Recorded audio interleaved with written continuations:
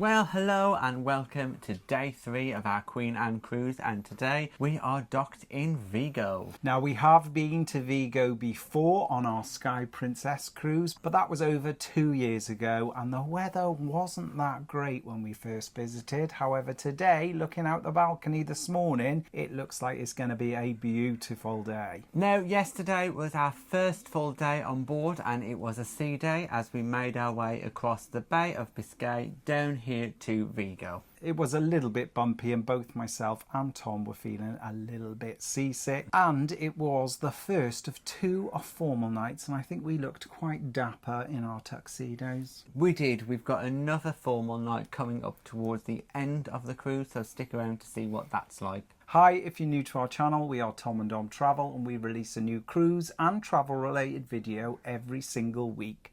So if you haven't done so already, make sure you hit that subscribe button and don't forget to give this video a like. Now this morning we got up reasonably early because it was in time for breakfast. Now we headed up to the Artisans Foodhall to grab ourselves something to eat. There's a great selection. They've got a number of individual food stations. You can go to one for pancakes, another for breads and toasts, and a special one for filled rolls. So I couldn't resist. I grabbed myself a sausage and egg roll and wow, was it fantastic. I went to the full English station, so you can get yourselves items like bacon, sausage, beans, hash brown, 2 types of bacon, that's English style bacon and US American style bacon, so lots of different options. I had a selection of bacon, sausage, beans and hash brown, kind of my usual breakfast go-to if I'm not sure what to choose, and we took our plates and we headed to sit in Aranya. Now that's quite strange. Why did we sit there? Well, it was pretty busy in the buffet at this time of the morning, as I think most people wanted to get off the ship just like we did. But in Aranya there was a different feel to it. It wasn't as chaotic, but it was quite strange sitting in a speciality restaurant for your breakfast. Both Aranya and Tremonto are kind of overflow areas for the buffet during breakfast and lunch, so you are free to grab some food from the Artisan Foodhall and sit in either of those specialities to enjoy them. Along with our breakfast we did get a hot drink. They do have waiters or waitresses come round offering hot drinks, but we didn't wait for that. We went to the self-serve station itself where there's a wide selection of teas available. I went for the traditional English breakfast tea, which was fine. In the buffet it is Twinings if you're interested. And I just had a cup of coffee. There's also a variety of fresh juices available at breakfast only.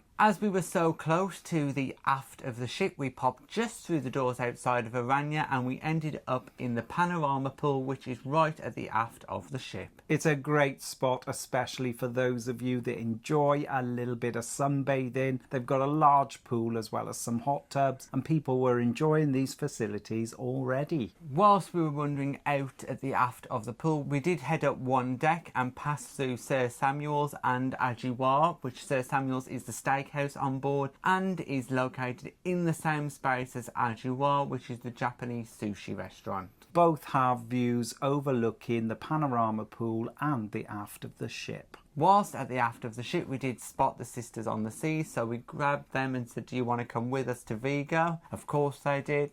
And we quickly headed back to our cabin, grabbed our bags and went to disembark. The disembarkation process was really smooth and slick, no queues whatsoever. Vigo port is relatively small and before we knew it we were off the ship and in the port area of Vigo. It's really easy to disembark a cruise ship here in Vigo. You take your cruise card, which Cunard provide, tap it at the entrance to the gangway and you are off the ship. As you exit the port area of Vigo, you're in the marina area that's got a number of small little ships docked, as well as a really big shopping centre. Now, because we visited the shopping centre before, those of you that enjoy a little bit of shopping, perfect location, and it also has a McDonald's, we decided to head straight into the centre of Vigo itself. One thing that we did spot in that marina area of Vigo was there were lots of street sellers, so do be careful because they do approach you and do ask you if you want to buy any of their goods. Now there are 2 options to get into Vigo. You can either head through that shopping centre and up the escalators, which does give you a little bit of a boost up some of the hills in Vigo, or like we did, take the scenic route and walk up some of those steeper streets. Even though the area around the port is nice and flat in Vigo, predominantly the vast majority of the sites, the shops and the destinations are up a steep incline. So those of you with any accessibility worries, please bear that in mind. It wasn't long before we entered the main square in the old town part of Vigo, and we were a little worried because last time we visited here the square was closed for refurbishments. Well, this time it was also closed once again, but because they were erecting a huge Christmas tree. The biggest Christmas tree we have ever seen. It was made out of steel, so it wasn't an actual tree, more of a design feature with lots of different lights. So bearing in mind it is October here in Vigo, they are preparing very early for Christmas. All of the streets were decked out in Christmas lights and decorations already. Now, last time we visited Vigo, we never made it to the top of the hill to visit the castle and the fort that is up there. So between us all, we decided we were going to give it a go. Now, as we said earlier, this is not for those with accessibility worries because it is uphill and it is up a lot of steep inclines. So it did take us quite a while to reach there, but once we got to the top, it was a fantastic view. We did have to stop a number of times just to catch our breath because it was quite strenuous. However, each stop we visited did have a monument, a fountain, something really nice to look at, and the views even at the midway point were fantastic. Now, there are options in the cruise terminal itself in Vigo that do offer bus tours, and if you want to take them up on that, they do take you to this castle as well as lots of other locations. But for us, completely free, we could walk all the way to the top, no problem. After our strenuous 40-minute hike, we were in the fort at the top, and wow, there was lots of history, lots of information scattered around, just giving us a little insight into what the fort was actually used for. And we found out that it was predominantly designed to protect the port of Vigo. A lot of the signs are written in Spanish, but they do have a QR code displayed on them. Use that QR code and you can read the English descriptions on your phone. Because it is the highest point in Vigo, we did take the opportunity to get some great views of Queen Anne and take a few little photos as well. Unfortunately, one of the attractions up there, which is the tunnels underneath the castle itself, was closed, so we were a little disappointed. But let us know what they're like if you've managed to walk up to Vigo and seen in those tunnels, because we'd be interested to know, because they did look quite an interesting attraction. We highly recommend visiting the fort at the top, whether you take an organised excursion independently with those providers in the port or through your cruise line, because it was a really interesting and fascinating place. And if you're walking just like us, it's completely free to enter. There is no cost associated at all. After spending about 20 minutes at the top of the fort, we meandered down a couple of those winding steep paths that we talked about earlier and ended up back in the old town of Vigo, and of course decided it was time for a drink at one of the bars. The sun was shining, so it was a perfect opportunity just to sit there, get a bit of warmth on our skin after our strenuous activity. Now, in that bar, as we were in Spain, I couldn't resist but order myself a sangria, and it was a very tasty one at that. I was a little bit thirsty, so I just grabbed myself a lager, and wow, it was beautifully cold, and they also gave us a little bit of tapas as well. Yes, we had a small little bowl of tuna pasta and a little breadstick on top. It was a nice little tasty treat, just what we needed to keep us going. After recharging and relaxing in the sun, we decided to head into the main shopping street of Vigo, because last time we visited, we couldn't believe that they had public escalators that took you from the bottom all the way to the top. And as we were with Sisters on the Seas and they'd never experienced it, we thought we'd show them. It took us around about 30 minutes to walk from the bar where we had our drink all the way to the main centre with the escalators. This area does have lots of shops, and Vigo as a whole, if you're looking to purchase any duty-free goods or just a little bit of shopping, it is an ideal location because you will find just about everything.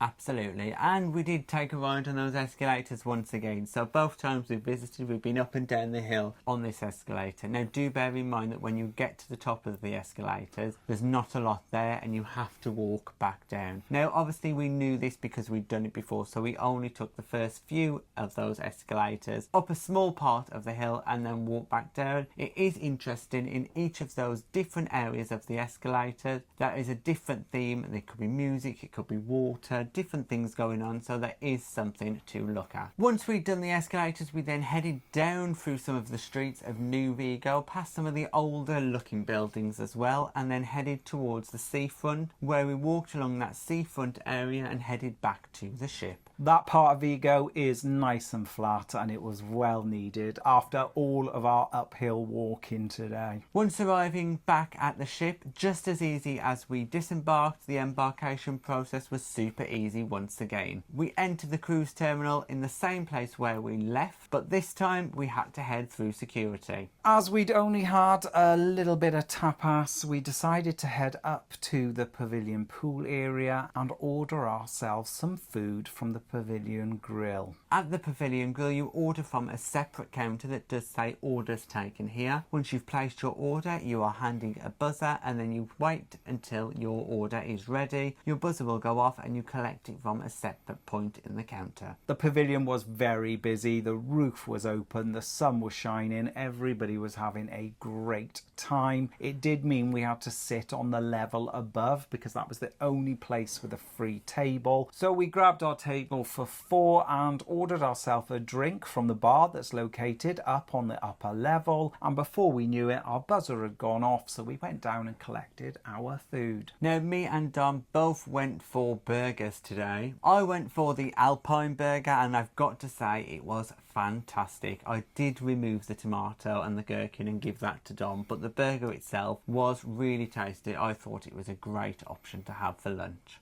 I went for exactly the same and it was a great burger. You do also get to choose some sides, so we went for the loaded fries, which are a little bit disappointing because the portions are rather skimpy, and we also had some onion rings as well, which was all very good. After finishing our meal, we did head to the takeaway counter at the Wellness Cafe, where we got ourselves a couple of cookies. Now these are cookies with jam filling and they are really tasty. Beautifully soft, and yes, I can't believe they're classed as a wellness item.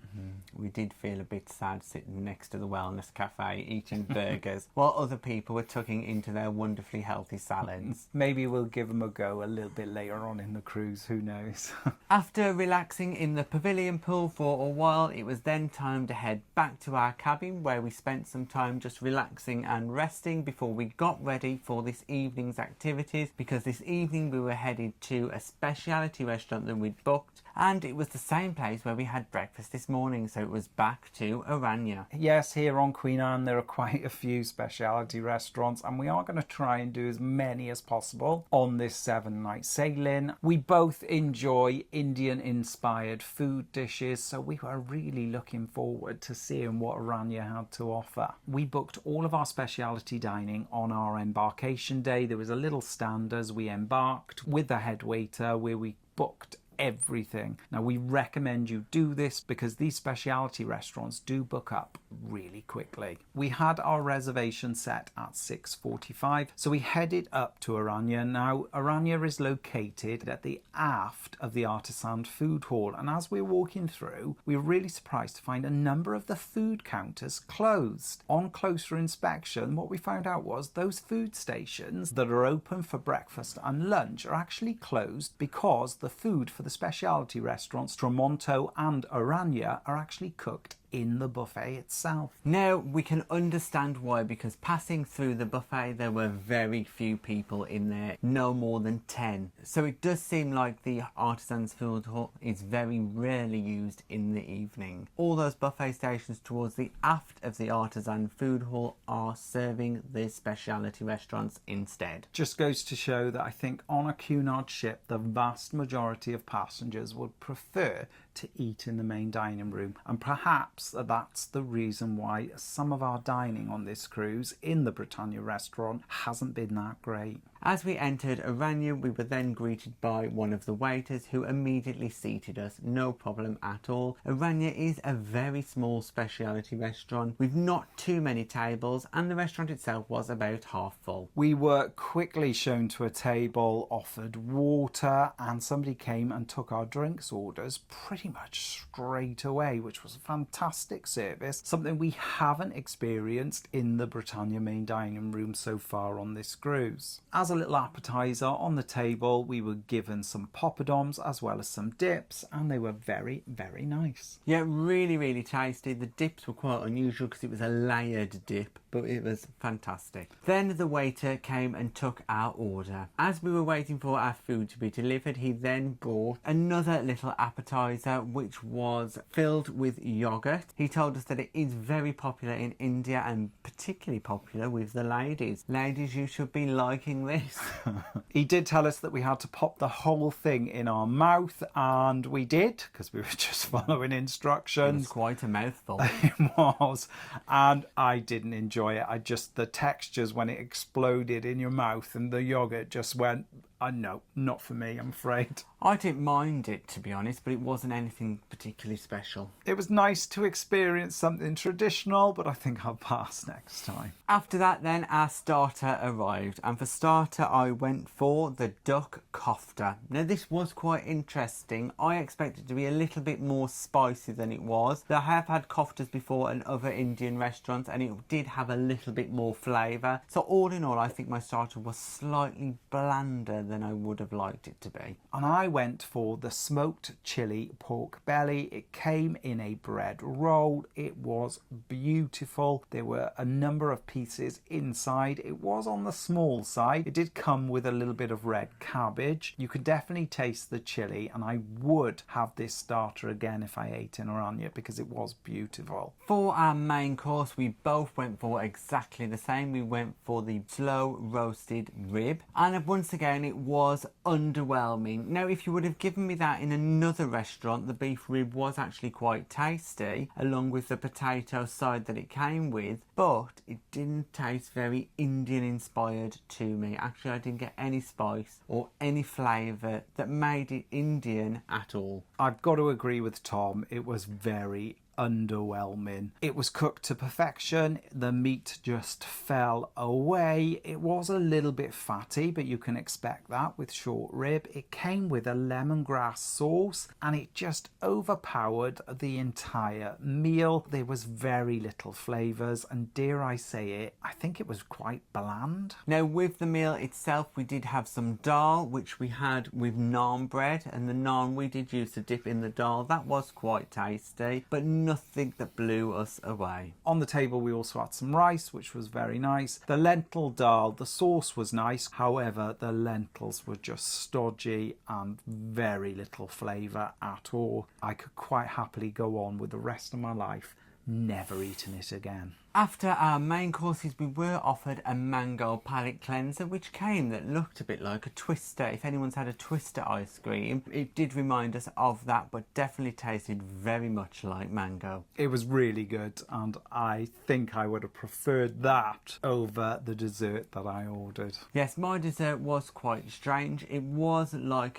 matcha ice cream type flavour. It was meant to be apricot and coconut, but all in all, I wasn't particularly keen. I only had a couple of mouthfuls and then left the rest. And I went for the jamun, which was passion fruit with pistachio. It was like some sweet cake that was soaked in sugar, and then it came with a little passion fruit mousse. It was okay. Would I have it again? Possibly not. I'm not a lover of soggy, wet cake. So that was our meal in Aranya. To sum it up, I think the service was very good in there and the waiters were very knowledgeable and friendly, but the food itself did not blow us away at all. No, overall it was definitely underwhelming, and I probably wouldn't rush to go back. Considering there is a cover charge for this restaurant, on our cruise it cost us $35 per person, and yes, the service was exceptional,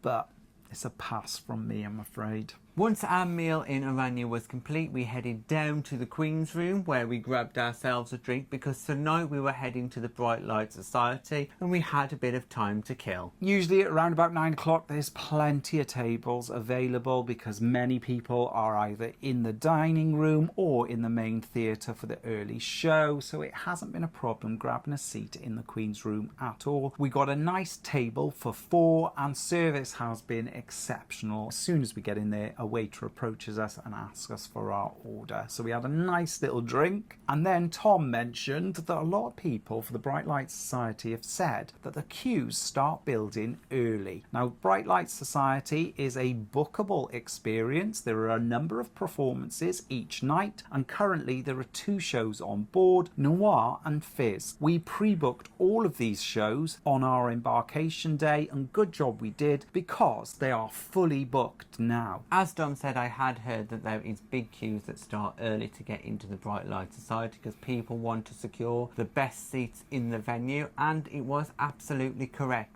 At just after 9 o'clock, I went past the Golden Lion to have a look if there was a queue at all, and there absolutely was. The queue was already out past the Queen's Room, down along the corridor of the Golden Lion. So I stood in the queue and sent Dom a quick message to say, come and join me. Good job we did, because around about 5 minutes after we joined the queue, it snaked all the way down into the lift lobby. Now in the Bright Light Society, when the doors open, it's open seating. So you've got to go and find your own seats. Everybody wants those front row seats to get the best views of the show. It wasn't too long a wait in the queue, probably around 15 minutes before the doors opened, and we headed into the Bright Light Society venue. We found ourselves a seat probably about the second row back, just slightly raised above everybody else, which offered us a great view. Waiters came and offered us drinks. The cast members came around the room, introduced themselves, and more importantly asked if people wanted to actually take part in the show.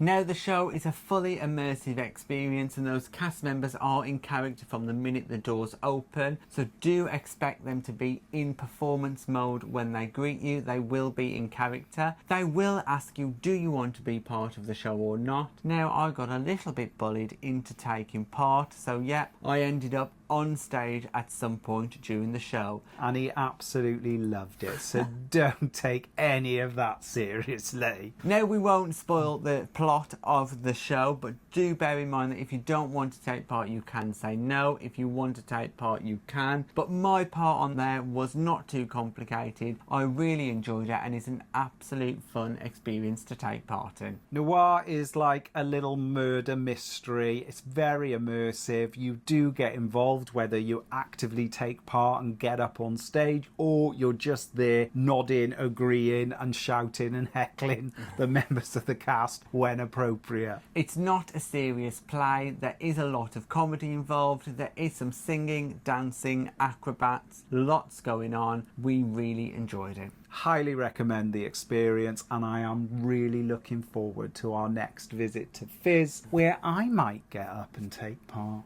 Maybe, we shall wait and see. Now, at the time of recording, these shows are not chargeable at all, so we think they are a really excellent thing to do here on Queen Anne that's different to all the other queens. Now, during the show, I did actually lose my phone, and it was one of the cast who had hold of it, and he did a lot of selfies of himself and other members of the cast, which were hilarious. I really loved looking at those photos after I got my phone back. Once the fantastic Noir had finished in the Bright Light Society, we quickly hurried up to the Commodore Club because we'd heard that there was a pianist playing. Now, the pianist's name was Lynn, and she had some wonderful stories. She seems to have worked with all the greats, whether that's in London, in the West End, or around the world. She seems to have a story for every song that she does. Now, she is a fantastic performer in the way that she asks for requests, and then those requests she seems to just know instantly and plays them. them. If she can do it, she will do it. And we had a fantastic spot right in front of the piano where we could watch her play, and let me tell you, she is an expert.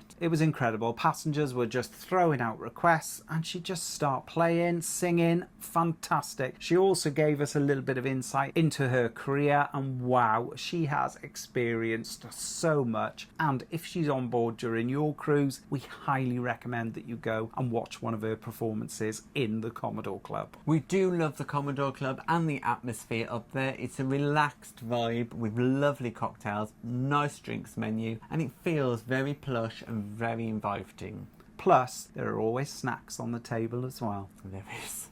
During Lynn's performance, we had a couple of gins, which went down absolutely lovely. And then around about 12 o'clock, we were all a little bit peckish. So we decided to head to the Artisans Foodhall for some late night snacks. Now, in the Artisans Foodhall at this time of night, they do offer a few stations that do offer some snacks. There's a pizza station, there's a station that offers hot dogs, plus other items such as a cheese. So I couldn't resist. After last night's hot dog, which was fantastic, I had another one tonight, and I had some pizza, and then Tom went, here's some cheese. So I had some cheese as well. I got myself a sausage roll and some fries. That was just enough, but also I went on the hunt for hot chocolate. Unfortunately, one of the waiters said, I haven't got any hot chocolate, but try this Ovaltine. So I've never had an Ovaltine in my life, but tonight was the first time, and I didn't mind it at all. Late night snacks are offered up until 12:30, and it's not very busy at all, I think, because Cunard offer complimentary room service. That has an impact on the footfall in there. We've yet to try the room service, but we'll definitely do it before the end of this cruise and let you know how we get on. After a quick little bite to eat, we then headed down to the Bright Light Society, which is the late night venue here on Queen Anne, just for one last drink. Yeah, we had one drink in there. I actually went for a non-alcoholic cocktail option. They do have a really good selection of low alcoholic or non-alcoholic cocktails on board, so I was really pleased to be able to have one of those. I just opted for my standard gin and tonic nightcap just to end the evening. The Bright Light Society was really busy. We were both surprised at just how many people were in there enjoying the DJ set. And that was that for the night. We headed up to our cabin, and then we did spot as we walked into our cabin that the cabin attendant had set out the room service menu for breakfast on the bed. So at that point we had this immediately good idea to select ourselves some breakfast and some teas and coffees for the morning. As long as you put out your breakfast request by 1:30 a.m, it should be delivered in time the next day. We selected between 9 and 9:30, so we'll let you know how that goes. And that's it. That's the end of our day in Vigo and our night on board Queen Anne. We got to visit the fort in Vigo, which we'd never been to. We also got to experience the Bright Light Society and the fantastic Noir, and Tom really did enjoy himself getting up on stage. So join us again in our next vlog, where we'll see if that breakfast does arrive on time and what exactly it looks like. Plus we'll be visiting the port of Lisbon and find out what we get up to there, because it's something that we've never done before.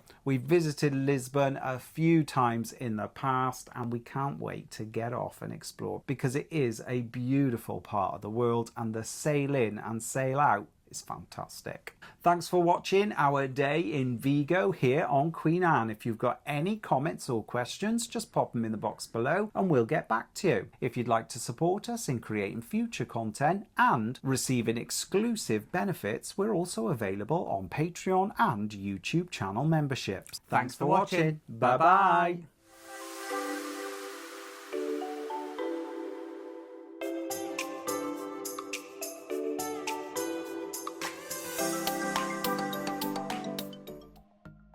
Thanks for watching. We've got lots more content available on our YouTube channel, so press that subscribe button. If you're interested in receiving daily updates, we're available on most social media platforms. Just search for Tom and Dom Travel.